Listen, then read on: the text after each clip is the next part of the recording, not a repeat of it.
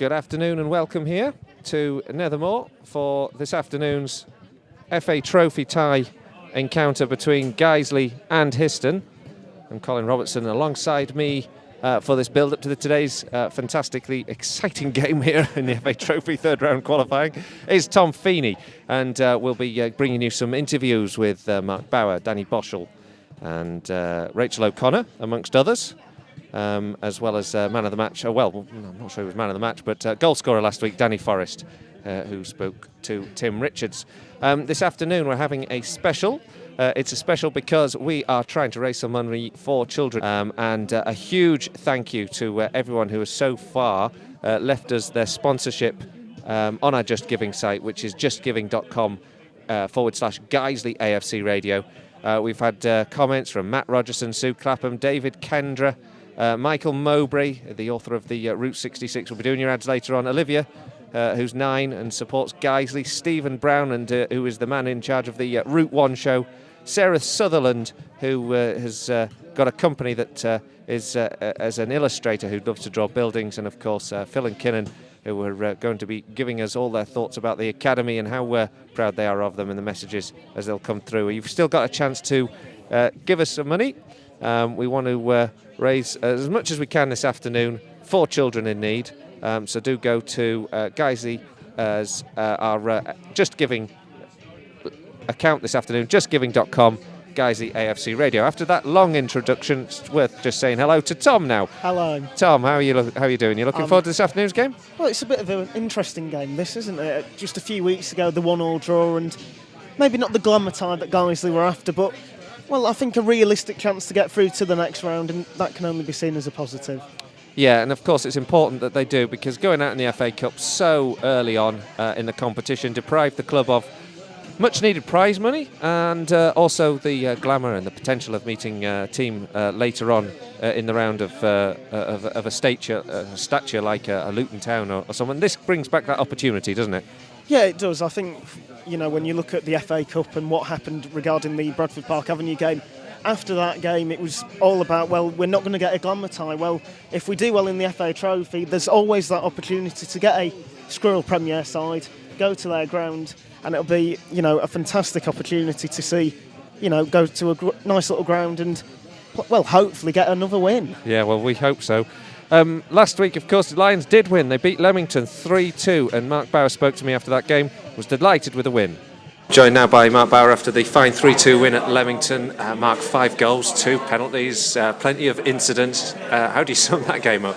I think it was a game that we thoroughly deserved to win, and I don't think the scoreline really reflected the game as a whole. I think we probably warranted a bit of a bigger win from a scoreline point of view.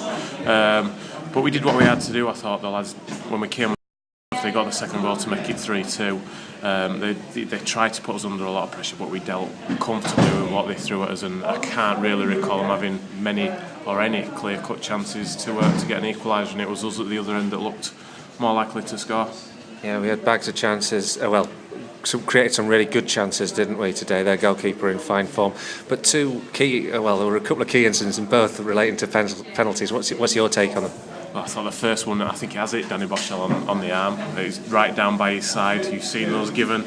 You've seen a lot of them not given as well. The second one, the referee's 10 yards away and his linesman's 40 yards away, and by all accounts, the linesman's got a better view of it, which is bizarre, and it gives them a bit of momentum. And when we were comfortable in the game at 3-1, there's not a lot you can do about that. We have to deal with that, and the lads did. They dealt with it, because that gave them a bit of impetus to go forward and put us under pressure, and what they did throw at us we dealt with comfortably. So you're going to get decisions that go for and against you. I felt that we had a lot go against us today. I think 2 of their players could have been sent off, but you know, we did what we had to do. We got 3 points, that's what we came for, and that's what we got. 3 wins on the trot now in the league. There's a real head of steam building up.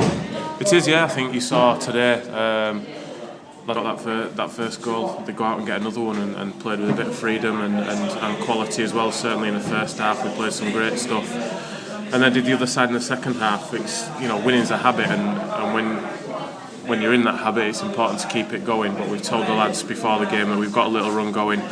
But the important thing is to do the ugly side, do the hard work side. It won't just happen. We've got to make it happen, and we did that. So yeah, long may it continue. We'll look forward to the trophy next week. It's good getting 3 points today, given that we've no league game for 2 weeks now. So we can concentrate on that trophy game with confidence and hopefully progress in that one. Yeah, talking of the trophy next week, Histon at home again. Probably not the greatest of draws for both sides, actually. You're hoping for a good trophy run this year? Yeah, definitely. Obviously being knocked out of the first hurdle, or our first hurdle in the FA Cup, the trophy takes on added significance, and especially now with us having a bit more of a settled side and squad, and being on a run of winning games, we'll hopefully win that one and progress, and there's a realistic chance of us going a long way in it. Mark, thanks very much, and special thanks to Danny Boschel for the added sound effects there at the back. Cheers. Cheers, Colin.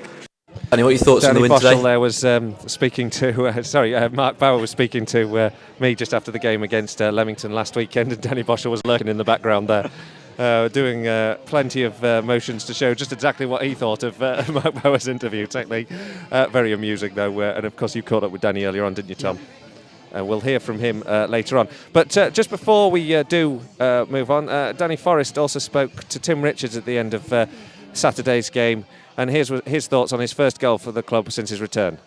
It was hard fought at the end, really. I thought we did enough to win the game. We had enough quality, especially in the first half, and then when they get a penalty given like that on a plate, start the second half, make it 3-2. It's difficult for us because they're just lumping it. There's no quality to their football, and they got us sat in. To be fair, it nearly worked, but the lads defended well. And how did it feel to get that goal for the lads today? Yeah, it's obviously this club's close to my heart. Everyone knows that, and to be back and be a part of it now, and I mean, it's a cliche, but the important thing is a win. But obviously, it's special to get that goal. Yeah, I'm really happy. And is it the momentum kind of carrying on now for Guiseley to push up the league for a bit? Hopefully, I think that's 3 on the trot in the league, and we're unbeaten in sort of 4 or 5 games. I don't see why not. Good feeling sort of around the place at the minute. Something that probably they haven't had since the start of the season, and you can just feel it sort of coming now. So hopefully just try to keep that going, keep knocking on the door, keep picking up points, and we'll see where we end up. And the last couple of games now have been really close wins. Has Mark kind of injected a good level of character into the side, do you think? Well, I think that's what both wins have been on the back of, really. Character, sort of to dig in today and win, to dig in last week when we were 1-0 down and win. It says a lot, really. He's got good players in the dressing room now. He's getting a good squad together, great mix, he's definitely positive. So, yeah, thanks a lot, Danny. Right. So that was Danny Forrest talking to Tim Richards after last week's fine 3-2 win at Leamington. A very difficult place to go. Leamington aren't exactly out of the traps brilliantly this season as yet, but is the old adage, you only have to beat the teams that are in front of you, and they are a team, I think, with plenty of quality who could yet perform well in this division and cause a lot of other teams plenty of problems, Tom. I just think what has to be noted is Guiseley, I think a few weeks ago they wouldn't have, it was a case of 3-2 up with 5 minutes to go, they probably wouldn't have got the 3 points, probably conceded a late goal, but guys have shown the resolve, the harmony's there now, and I think things are on the way up for Guiseley. Well, as the team sheets have come to us now, so we have the lineups. Let's just go through the guys 11. We'll go through the Histon one when we start the game. Stephen Drench in goal today. Looks like a back 4 with Andy Holdsworth at right back, Rhys Maynell at left.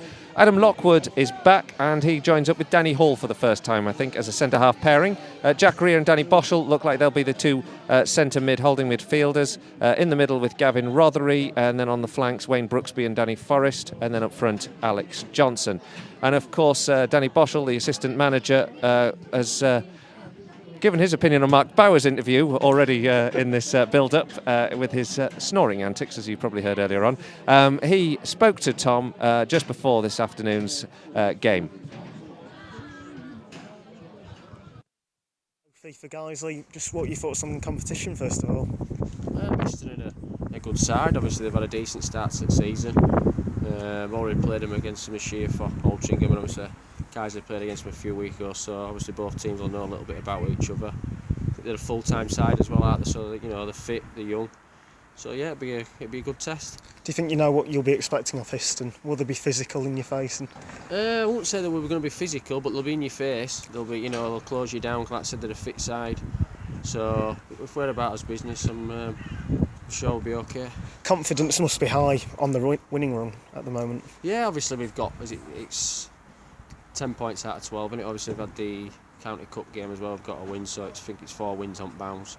So yeah, confidence is good. Things are, lads are on a high change room and things like that. So obviously winning breeds confidence. So hopefully we can take that momentum from previous games into the trophy today. Last week, Danny Forrest got his first goal since he come back. That's good to see.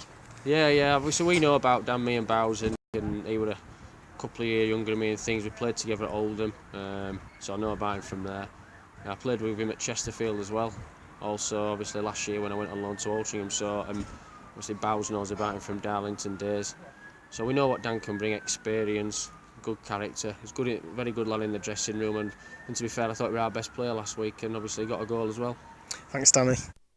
That was Tom Feeney talking to Danny Boschel just ahead of this afternoon's game, and we'll weigh up the quality of Danny Boschel's interview technique as compared to Mark Bowers. But first of all, obviously, we get a real sense that there's a good balance to the sides in terms of the teams feeling much more confident, much more optimism around the club. Yeah, I think, Mark getting in the assistant manager he wanted was crucial. And I think when you just look at what Danny Boschel brings to the table, he's such a calming influence on the pitch. He's someone who, I think Altrincham have missed, because they've gone on, they've lost 1 or 2 games since he left, and Guiseley, of course, have gone on this really nice winning run since he came back. So I think Danny Boschel and Mark Bowers are a good combination both on the pitch and off it. Well, our Twitter man, Francis Granger, was out and about earlier on. He was catching up with all of the things that are happening off the field, and spoke to Rachel O'Connor about the forthcoming gig that the Dunwells are going to play at the Social Club. So, O'Connor, with regards to the Dunwell brothers performing at Guiseley, so the events Next round, hopefully not a draw, because I think the game on Tuesday night would take a lot on the lads. But, for Guiseley, well, let's win this and get into the next round. Yeah, thank you, Tom. Well, we will be handing over to our commentary team this afternoon very shortly. Just a quick rundown of the two teams. For Histon, Callum Kitcher in goal, Harry O'Malley, David October, Grant Roberts, who's the captain, Omar Beckles, Peter Grant, Lewis Taff, Eugene Libiatucci, Kane Shepherd, that's my best guess at his name there, Nathan Hicks, number 10, Claudio Hoban, who's number 11, and on the bench I've got Charlie Day, Michael Clunan, Nick Freeman, Matty Waters, Charlie Binns, and then for the Lions we have Stephen Drench, Andy Holdsworth, Rhys Maynell, Jack Rea, Adam Lockwood, Danny Hall, Wayne Brooksby, Danny Boschel, Alex Johnson, Danny Forrest, Gavin Rothery, and then on the bench Jake Lawler, Michael Potts, Craig Hobson, and Louis Swain, as well as Stephen Dickinson. Of course, one man who's not made it through is Shaq McDonald, the man who scored against us in the last round. Obviously, since then he's moved on from the club under interesting circumstances, as far as I'm aware. So we will be handing over to our commentary team this afternoon, and I'm delighted that we've got the return of Danny Ellis. Unfortunately, it's not on the pitch as yet, but he is going to be with us in the commentary box. But first, joining Danny Ellis is Nick Keefe. Thank you, Colin. So we're back online here, I think, now, just in time. I do like these day-night games almost that we have, where we start out here in daylight, and then as the game goes on, we end up under the floodlights in the kind of evening conditions as the temperature drops. So I know it's a good time of year to be watching the football. You might be out here in the background. We're just executing our patented commentary box shuffle as we all try and make each other enough space to breathe. Which would be made easier, Colin, if you weren't wearing a Arsene Wenger-style sleeping bag today, as Guiseley take the kick-off. And Andy Holdsworth has it at right back, knocking it long. And Guiseley just trying to get in possession on the halfway line, get their eye on the ball. It's knocked into the channel, it's too long, out for a goal kick to Histon as we welcome this afternoon Danny Ellis. How are you doing, Danny? Yeah, not bad, thanks.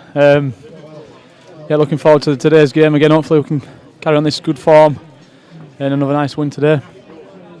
Yeah, that would be nice.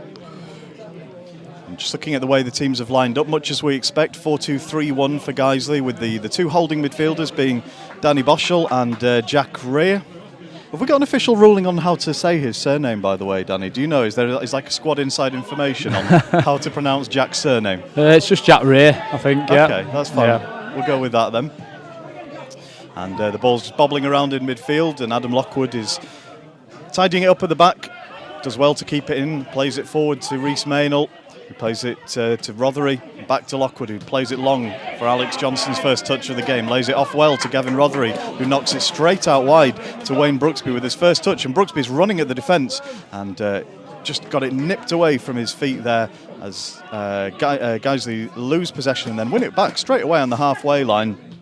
Good earlier period of pressure, and then a slip by Rhys Maynell gives Histon the ball back. But Guiseley fighting well in midfield in the early stages here. Good intensity. We're just struggling to see as the ball goes forward. We're just people finding their seats, and it's come back into the midfield where Danny Boschell's got his foot on the ball. Boschell takes his time, picks out a pass just to Andy Holdsworth. Fantastic. Threaded it through, plays it out wide for Brooksby, who's on the edge of the area, but he has to go back to Andy